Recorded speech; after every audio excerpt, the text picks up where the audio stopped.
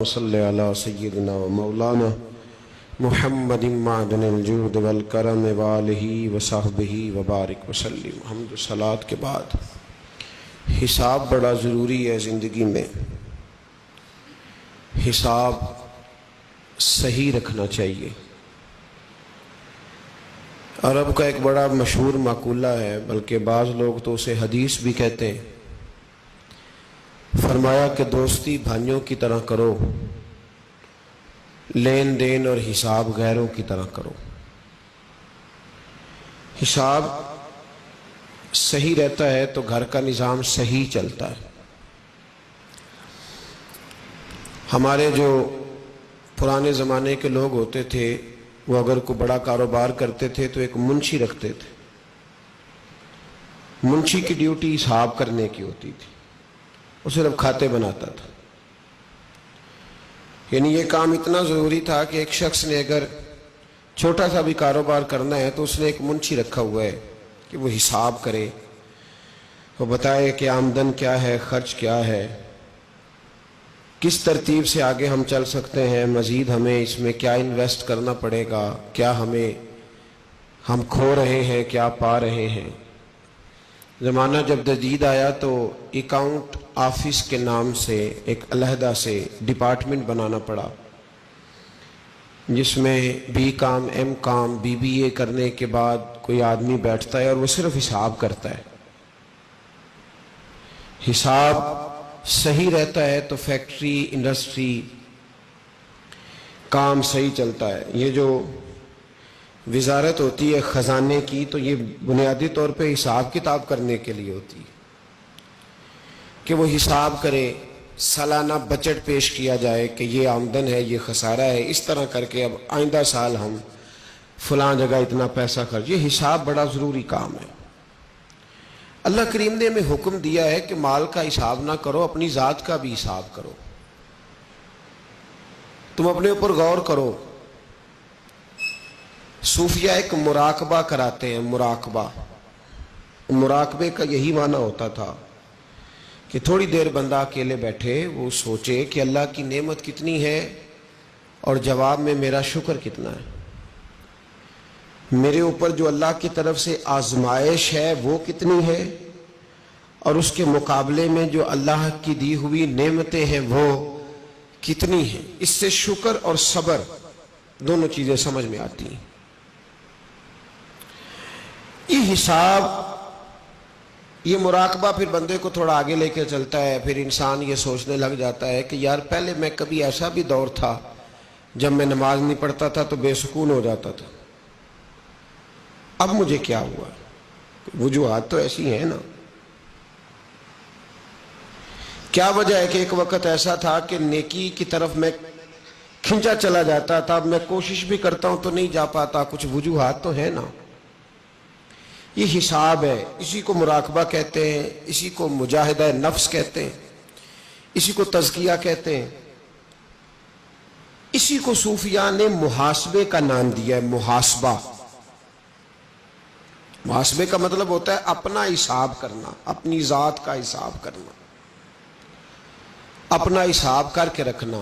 اس آیہ مقدسہ میں سورہ حشر کی اللہ کریم نے فرمایا یا ایھا الذین آمنوا اتقوا اللہ وَلْتَنْظُرْ نَفْسٌ مَا قَدَّمَتْ لِغَدٍ۔ اے ایمان والو، اللہ سے ڈرو اور ہر جان یہ دیکھے، یہ حساب کرے کہ اس نے آگے کے لیے کیا بھیجا ہے۔ یہ حساب کرے، وہ وَلْتَنْظُرْ، وہ نظر کرے، وہ غور کرے، وہ ذرا پلٹ کر دیکھے۔ کون؟ نفس، ہر نفس، ہر جان یہ غور کرے۔ مَا قَدَّمَتْ لِغَدٍ، اس نے تقدیم کیا کی ہے، مقدم کیا کیا ہے، آگے کیا بھیجا ہے اس نے۔ اور جب یہ دیکھ لے، جب یہ حساب کر لے تو اب کیا کرے؟ وَاتَّقُوا اللَّهَ، پھر اللہ سے ڈرے۔ ایک بار حساب کرنے سے پہلے ڈرے، ایک بار حساب کرنے کے کوئی نہیں سمجھ آئی آپ کو؟ ایک بار پہلے ڈرے، ایک بار جو ڈرے گا نہیں وہ حساب نہیں کرے گا، وہ کر ہی نہیں سکتا۔ جس کو پتہ ہے ابا جی کا خزانہ لوٹ بھی گیا تو ابا جانے، اس کا کام جانے۔ جس کو پتہ ہے غیر کا مال ہے وہ کیوں حساب کرے؟ جس کو پتا ہے کہ میرا کون سا اپنا ہے وہ نہیں کرے گا. حساب کون کرے گا؟ جو ڈرے گا، جسے احساس ہوگا وہ حساب کرے گا. پہلے ایک دفعہ فرمایا یا ایھا الذین آمنوا اتقوا اللہ، ایمان والو اللہ سے ڈرو. ولتنظر نفس ما قدمت لغد، حساب کر لو تم نے آگے کیا بھیجا ہے. اور جب کرو نا واتقوا اللہ، پھر ڈر جاؤ. 2 دفعہ ڈرو، ایک حساب کرنے سے پہلے، ایک حساب کرنے کے. کیوں دوبارہ کیوں ڈریں؟ اس لیے کہ اللہ کہتے ہیں والعصر ان الانسان لفی خسر، محبوب مجھے تیرے زمانے کی قسم انسان خسارے میں ہے. یعنی یہ جب بھی حساب کریں گے انہیں پتہ چلے گا کہ ہیں ہم نقصان میں، پتہ چلے. اور جب پتہ چلے گا تو پھر واتقوا اللہ، پھر دوبارہ اللہ سے ڈریں گے. فرمایا حساب کر لو ورنہ ان اللہ خبیر بما تعملون، تم خود حساب کر لو واللہ اللہ کو تو تمہارے سارے کاموں کی خبر ہے. ان اللہ خبیر، بے شک اللہ کو خبر ہے، بما تعملون، جو کام تم کرتے ہو. حساب کرنا بڑا ضروری کام ہے. اپنی ذات کا حساب کیا کرے، حساب کریں. آپ کل کیا تھے، آج آپ کیا ہیں. جب اپنا حساب کرتے ہیں تو پھر اپنی کمیاں تلاش کرنے پر مل جاتی ہیں، اس کا فائدہ ہوتا ہے. اپنے نفس کا، اپنی نبی پاک علیہ الصلوۃ والسلام نے فرمایا، ترمذی کی حدیث ہے، حضور نے فرمایا وہ سمجھدار ہے جو اپنا حساب کرے اور اپنی نیکیوں میں اضافہ کرے. تو پھر جو اس کا مخالف ہے وہ کون ہے؟ جو حساب کر کے نیکیوں میں اضافہ کرے. حضور فرماتے ہیں وہ کون ہے؟ سمجھدار. تو جو نہ کرے، کہ نا الاشیاء تعریف باضدادہا، چیزیں اپنی ضد سے پہچانی جاتی ہیں. آپ نے جب عقل مندی یہ ہے کہ وہ حساب کرے. اچھا حضور صلی اللہ علیہ وسلم نے اسے ایک فقرے میں ہمیں بتا دیا کہ جب تم حساب کرو گے تو تمہیں سمجھ آئے گی ہم غلط ہیں، اور جب تمہیں پتہ چلے گا کہ ہم غلط ہیں تو پھر تم اپنی نیکیوں میں اضافہ کرو گے. تو یہ تمہاری سمجھدار. دیکھیں نا ایک آدمی نے حساب کیا، اس کے اکاؤنٹ آفیسر نے اس کو بتایا کہ صاحب آپ جو مال بنا رہے ہیں اس میں آپ کو نقصان ہے، جو کام آپ کر رہے ہیں وہ آپ کا کام درست نہیں ہے. اب جب اس کو حساب آ گیا تو اب اس بندے نے فوری طور پہ ایکشن لینا ہے. اس نے کرنا یہ ہے کہ اس نے اس طرح کرنا ہے کہ یا تو وہ کچھ اخراجات کم کرے گا یا وہ کچھ تھوڑی سی محنت بڑھائے گا کاروبار میں. اب وہ دیکھے گا کہ جہاں وہ خرچہ کم کر سکتا ہے خرچہ کم کرے گا، اگر کہیں کوئی انویسٹمنٹ زیادہ کرنی ہے اس کو زیادہ کرے گا. اور اگر یہ کاروبار صحیح نہیں چل رہا تو میرا خیال ہے عقل مند تاجر ہے وہ کہے گا کوئی نہیں چل رہا تو ٹھیک ہے چلتا رہنے دو، نقصان ہی ہے نا، خیر ہے. سمجھے بات کو. یہ طریقت کا سبق ہے محاسبہ نفس. اسے سمجھ آ گئی کاروباری بندے کو، تاجر کو، کہ یار یہ میرا نقصان ہے. اب اس کو تو 18 سال ہو گئے اس چوک میں بیٹھے ہوئے، روز اس گلی سے گزرتا ہے. دائیں والا دکاندار بھی واقف ہے، بائیں والا بھی، سامنے والا بھی، ہو نقصان دہ. کیا کرے گا بھئی؟ اس گلی سے بھی پیار ہے، چوک سے بھی پیار ہے، دوستوں سے بھی پیار ہے، سارا کچھ ہے. دکان رکھے گا کہ چھوڑ دے گا؟ تو کہے نہیں اب میں کیسے چھوڑوں. اس بات کو سمجھ لیں. حضرت حسن بصری رحمت اللہ علیہ سے کسی نے کہا تھا حضور بندہ نیک کیسے ہو سکتا ہے؟ تو آپ فرمانے لگے جو جگہ اسے گناہ پر اکساتی ہے وہ جگہ چھوڑ دے. جو دوست یار سنگت بیلی اسے گناہ پر اکساتے ہیں وہ لوگ، جی اس بندے نے فوراً کہا کہ سالوں کا رشتہ چھوڑ دے، ہزاروں گھنٹے ہزاروں ساتیں بیتی، کیسے چھوڑ دے؟ آپ نے یہ مثال دی. اور میں کاروبار میں نقصان ہوگا تو چھوڑتا جائے گا یا کرتا جائے گا؟ میں ایک مثال دیتا ہوں. یہ سی این جی کتنی زیادہ تھی لاہور سے پنڈی تک. صبح سے شام تک لوگ دفتروں میں آ کے بیٹھتے تھے. سی این جی پہ ایک ٹائر والا بیٹھا ہوتا ہے، اس سے بھی دوستی ہو جاتی ہے، شاپ والے سے بھی ہو جاتی ہے، سارے تعلق رشتے تھے لوگوں کے، آباد تھی. لیکن جب نقصان ہونے لگا،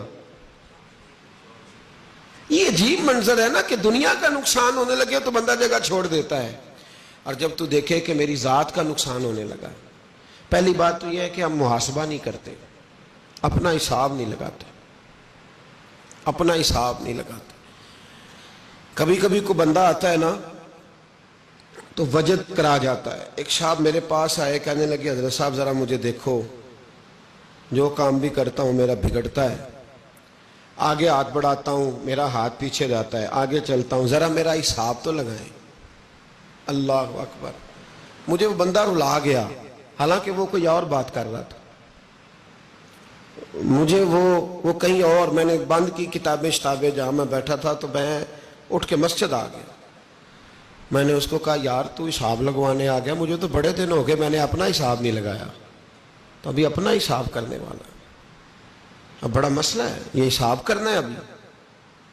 وَلْتَنْظُرْ نَفْسٌ مَا قَدَّمَتْ لِغَدٍ، تو نے پتہ کرنا ہے، تو اپنا حساب ہی نہیں کیا تو تیرا کیسے کروں؟ صاحب کوئی نہیں کر رہے ہم اپنا محاسبہ نفس. اس کا نقصان یہ ہو رہا ہے کہ کاروبار صحیح ہوتے جا رہے ہیں، سجدے چھوٹے ہوتے جا رہے ہیں، بینک بیلنس بڑھتا جا رہا ہے، تلاوتیں ختم ہوتی جا رہی ہیں، لوگ بہت اچھے بزنس مین تو بنتے جا رہے ہیں، پر مدینے کی یاد میں جو آنسو آتے تھے وہ خشک ہوتے جا رہے ہیں. لوگ بہت اچھے دنیا دار تو ہوتے جا رہے ہیں، لیکن ان کی جو باطن کی کیفیتیں تھیں، طبیعت ترس گئی ہے دوبارہ سے وہ جلوہ دیکھنے کو. وہ باتیں کہاں سے، وہ کدھر گئیں؟ وہ بتانا کہ بڑی محنت سے کسی نے تیرے اندر وہ رنگ بھرا تھا، وہ کہاں ہے، وہ کدھر گیا؟ نے اپنا محاسبہ چھوڑ دیا ہے. تجھے کہاں کھڑا کیا تھا، تو کہاں کھڑا ہو گیا؟ تو نے سوچا ہی نہیں. حضرت سلمان فارسی بیمار تھے، ایک صحابی تیمارداری کرنے گئے تو جناب سلمان فارسی رو پڑے. انہوں نے کہا روتے کیوں ہو؟ اب تو صحابی ہیں. تو فرمانے لگے جہاں مجھے حضور کھڑا کر گئے تھے میں وہاں کھڑا نہیں رہ سکا، اب جب اپنا حساب کرتا ہوں تو ڈر آتا ہے. نے کہا حضور یہ آپ کیا فرما رہے ہیں؟ فرمایا حضور نے مجھے کہا تھا دنیا داری نہ کرنا، اور میں دنیا دار ہو گیا. وہ کہنے لگے دنیا داری دکھاؤ تو صحیح. تو حضرت سلمان فارسی فرمانے لگے دیکھو نا، ایک پیالے سے بھی گزارا ہو سکتا ہے، میرے گھر میں 2 ہیں، نہیں نہ ہونے چاہیے تھے. وہ مجھے کہاں کھڑا کر گیا تھا، میں آج کہاں کھڑا ہوں.